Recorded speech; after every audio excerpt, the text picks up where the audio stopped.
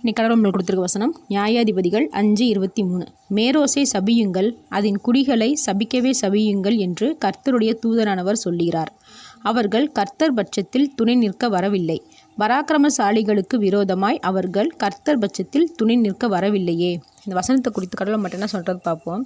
இஸ்ரவேல் மக்களுக்கும் சிசேரா மக்களுக்கும் பெரிய போர் நடக்குது. அப்போது பக்கத்தில் இருந்தது மேரோஸ் மக்கள் தான்.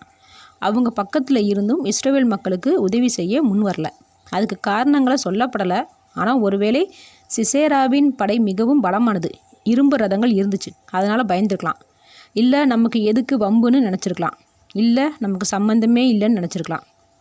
இல்லை இந்த போரில் ஜெயிக்க முடியாதுன்னு நினச்சிருக்கலாம். ஆக மொத்தத்தில் உதவி செய்கிறதுக்கு வாய்ப்பு இருந்தும் அவங்க தேவனுடைய மக்களுக்கு உதவலை. தேவன் நமக்கு வெற்றி, திறமை, பலம், அறிவு, செல்வாக்கு, கல்வி இப்படி அநேக ஆசீர்வாதத்தை கொடுத்துருக்காருன்னா கஷ்டப்படுற மக்களுக்கு உதவி செய்யலாம். நமக்கு ஆசீர்வாதத்தை கொடுத்துருக்கதேவும் நாமளே சாப்பிட்டு சந்தோஷமாக இருந்து அழிஞ்சு போகிறதுக்கு இல்லை, கஷ்டப்படுறவங்களுக்கு உதவி செய்ய. இங்கே தேவனுக்கு உதவி செய்ய எந்த மனுஷனும் தேவையில்லை. ஆனால் ஏன் தேவன் நம்ம உதவி செய்யணும்னு எதிர்பார்க்குறாருன்னா அது நமக்கு வைக்கிற பரீட்சை.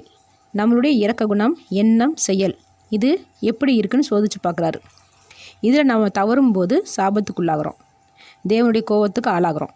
அதனால் உதவுறதுக்கு திராணி இருக்கும்போது மற்றவங்களுக்கு உதவி செய்யணும். ஆமேன்.